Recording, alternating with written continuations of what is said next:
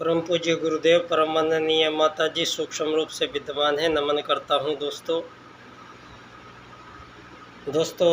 मानव मात्र को प्रणाम करता हूँ और आदि शक्ति माँ गायत्री प्राणों की देवी प्राण स्वरूप से है, जो बिजली के रूप में प्रत्येक शरीर में जीवनदायिनी शक्ति है और जिनकी वजह से संपूर्ण चराचर जगत में संपूर्ण जीवों में जीवन संव्याप्त है। उन प्राणों को नमन करता हूँ। और दोस्तों आज का दिन वर्ल्ड विश डे है। आज कुछ ना कुछ दिन बनाते रहना ये एक अच्छी परंपरा हमारे भारतीय संस्कृति ने ही विश्व को प्रदान की है। और भारतीय संस्कृति में मानव जीवन को अधिक प्रफुल्लित खुश बनाए रखने के लिए मनुष्य के जीवन को मनुष्यता को नए आयामों में स्थापित करने के लिए मानव जीवन कितना आनंदपूर्ण धरती पर जिया जा सकता है, ये हमारे पूर्वजों ने प्रथम बार ही सिद्ध किया था कि मानव का जो सुख खुशी है वो बाहरी जो भौतिक पदार्थ है या जो इंद्रियों का भोग है, इनसे संपूर्ण आनंद की प्राप्ति नहीं होती है और ये क्षणिक मात्र है। और मानव मन में प्यास जो बनी रहती है वो सारी दुनिया में आज दोस्तों इस पूंजीवादी अर्थव्यवस्थाओं के जो ये आज़ाद देश धरती पर बना के चलाए जा रहे हैं, ये सभी संपूर्ण आज़ाद देशों में धन आधारित जीवन पद्धति से सारे मानवों को संचालित करना, ये मानवीय एक प्रकार का षड्यंत्र है, मानवीय ये त्रुटि है, मानव का ये विधान है। परमात्मा का जो विधान है, हमारा सनातन जो वेद विधान है, वेद विज्ञान है, उसमें पंडित दीनदयाल उपाध्याय जी अर्थायाम का एक राजनीतिक सूत्र प्रदान करते हैं और स्पष्ट करते हैं कि भारत में कोई भी मानव किन्हीं वस्तुओं का आदान प्रदान या हजारों सालों से होता था। सुदूर क्षेत्रों में जाकर लोग अपने सामान को वहाँ दे के आते थे, उनसे सामान लेके आते थे। तो ये अर्थ जो है, ये वेद में अर्थ का आशय मानव जीवन को अगर कोई त्रुटि आएगी, कोई मुश्किलें आएंगी, तो सारे मानव जाति आपस में बैठ के सारी मानव जाति और समस्याओं का निराकरण करें, समस्याओं को सॉल्व करें। ये निराकरण करना ही वेद में अर्थ करना कहलाया है। और इसी को दीनदयाल जी अर्थायाम में कहते हैं कि मानव कोई वस्तु विनिमय करता है या किसी से सेवा सहायता लेता है तो बदले में कोई धन रुपया पैसा देने का भारतीय संस्कृति में कोई प्रावधान नहीं है और ये सनातन संस्कृति का हिस्सा नहीं है। इसलिए ये जो पूंजीवाद है ये पूर्णतया विदेश का है और ये सार्वभौमिक जो हमारे भारतीय संस्कृति के सनातनी नियम हैं, उन संस्कृति से इस धन का प्रचार ये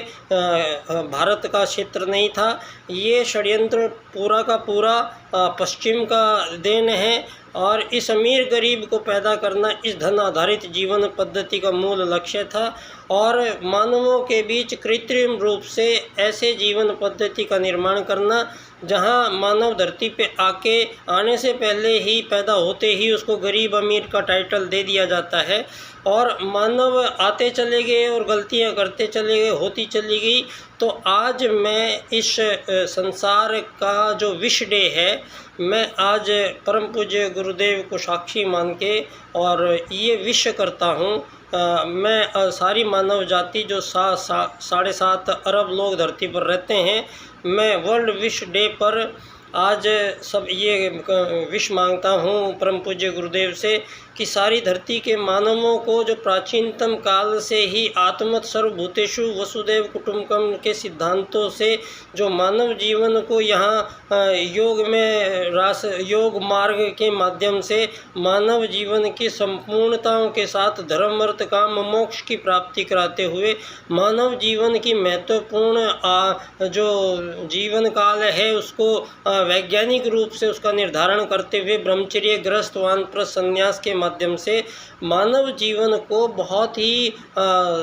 उसका नियोजनकारी जीवन होना चाहिए। मानव जीवन का संपूर्ण मानव जीवन को जो ये परम पूज्य गुरुदेव का युग परिवर्तन चल रहा है दोस्तों, और युग परिवर्तन में आज मैं ये विश मांगता हूँ कि सारे संसार से ये गरीब अमीर मालिक नौकर का जो खेल है, ये पंडित दीनदयाल जी के उपाध्याय जी के 2 सूत्र अर्थायाम आधारित एकात्म मानववाद की राजनीति की स्थापना करने से सारे संसार में सभी मानवों के बीच में ये अमीर गरीब मालिक नौकर का खेल समाप्त किया जा रहा है। ये नवयुग का जो नया परिवर्तन है, इसमें मानव, चूँकि दीनदयाल जी एकात्म मानववाद में क्लियर करते हैं कि मानव मूल रूप से शरीर नहीं है, एक आत्मा मानव का परिचय है। तो आत्माओं के परिचय धरती पे 7.5 अरब लोग जो आत्माएं रहती हैं, इनमें यदि कोई शरीरों में भिन्नताएं हैं, इनकी भाषा खाने में भिन्नताएं हैं, बोलने में भिन्नताएं हैं,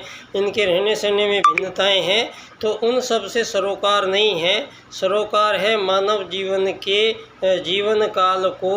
महत्वपूर्ण घोषित करते हुए और मानव को उसके सही उससे पहचान करके एकात्म मानववाद का राजनीतिक सूत्र दीनदयाल जी ने हमारे वेदों के उसी सूत्र को स्थापना की है, आत्मत सर्वभूतेषु वसुदैव कुटुम्बकम। तो दोस्तों, अब पंडित दीनदयाल उपाध्याय जी के 4 सूत्र, जिनकी व्याख्या मैं इस क्रम से कर रहा हूँ, आर्थिक लोकतंत्र द्वारा अर्थायाम आधारित एकात्म मानववाद की स्थापना से अंत्योदय की प्राप्ति। तो आज विषय है ये कि सारे संसार को सारे संसार को इकाई मानते हुए आत्मत सर्वभूतेषु के सिद्धांत एकात्म मानववाद से और सारे संसार की सीमा रेखाएं समाप्त करके मानवों को इस धरती का एक यात्री मानते हुए वसुदैव कुटुम्बकम की स्थिति को प्राप्त करने के लिए ये जो भागीरथ प्रयास चल रहे हैं, इनमें एक परम पूज्य गुरुदेव का वसुदैव कुटुम्बकम है, जिसका नाम है अखिल विश्व गायत्री परिवार, जिसका मतलब होता है संपूर्ण धरती के संपूर्ण प्राणियों का एक ही परिवार बनेगा और धरती पर एकात्म मानववाद का राजनीतिक सिद्धांत अर्थायाम से ना कोई अमीर, ना कोई गरीब, ना कोई मालिक, ना कोई नौकर, एक यात्री बन के मानव सारी धरती पे आएगा, रहेगा और जाएगा। इस संपूर्ण व्यवस्थाओं का निर्धारण करने के लिए कुछ स्थायी परिवर्तन राजनीति में होंगे। वो ये पूंजीवादी लोकतंत्र के स्थान पे आपको अर्थायाम आधारित एकात्म मानववाद की राजनीति विश्व के सम्मुख पंडित दीनदयाल उपाध्याय जी की तरफ से मैं बच्चा डॉक्टर आज विश्व करता हूँ कि सारे संसार के सभी राजनीति को एकात्म मानववाद से समग्र व संपूर्ण वैश्वीकरणवाद से ही चलना पड़ेगा। और यदि ऐसा मानव करेगा तो मानवों के बीच धरती पर हजारों सालों से चले आ रहे सारे युद्ध, शोषण, वध, हत्याएं, अत्याचार, पापाचार, कामाचार, अनाचार, व्याभिचार, सारे के सारे सब बंद किए जाने का ये समय है और बड़ा महत्वपूर्ण समय है। तो बहुत बहुत शुभकामनाएं आपको सारे संसार की राजनीति को आत्मत सर्वभूतेषु अर्थात दीनदयाल जी के एकात्म मानववाद की तरफ से, अर्थायाम की तरफ से बहुत बहुत शुभकामनाएं। पुनः परम पूज्य गुरुदेव को नमन करता हूं। बच्चा डॉक्टर बाल्यकाल सेवा संस्थान का अध्यक्ष पंडित दीनदयाल उपाध्याय जी की जन्मस्थली धानक्या स्टेशन, जयपुर, राजस्थान से पुनः नमन करता हूं। धन्यवाद।